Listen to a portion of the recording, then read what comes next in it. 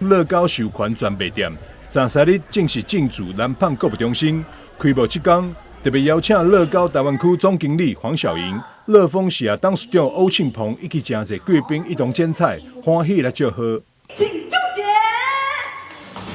恭喜乐高授权专卖店台南南纺店正式开幕。跟我们一起见证我们在台湾的第6家乐高授权专卖店的开幕。在这边，我们打造了全台最大的拼系体验区，也有很多充满台南味的打卡点。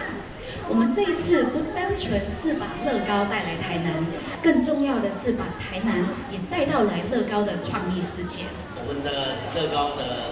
授权专门店，是跟非常多的知名的这个电影以及 IP 的公司来合作，所以只有我们这种乐高授权的专门店才能够完整的呈现整个乐高的这个气息。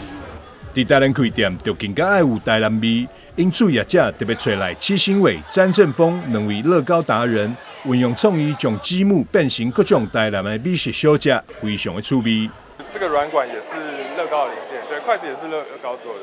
台南特色、美食特色一定是要做虱目鱼出来这样子，然后就是运用了乐高很多的弧形砖的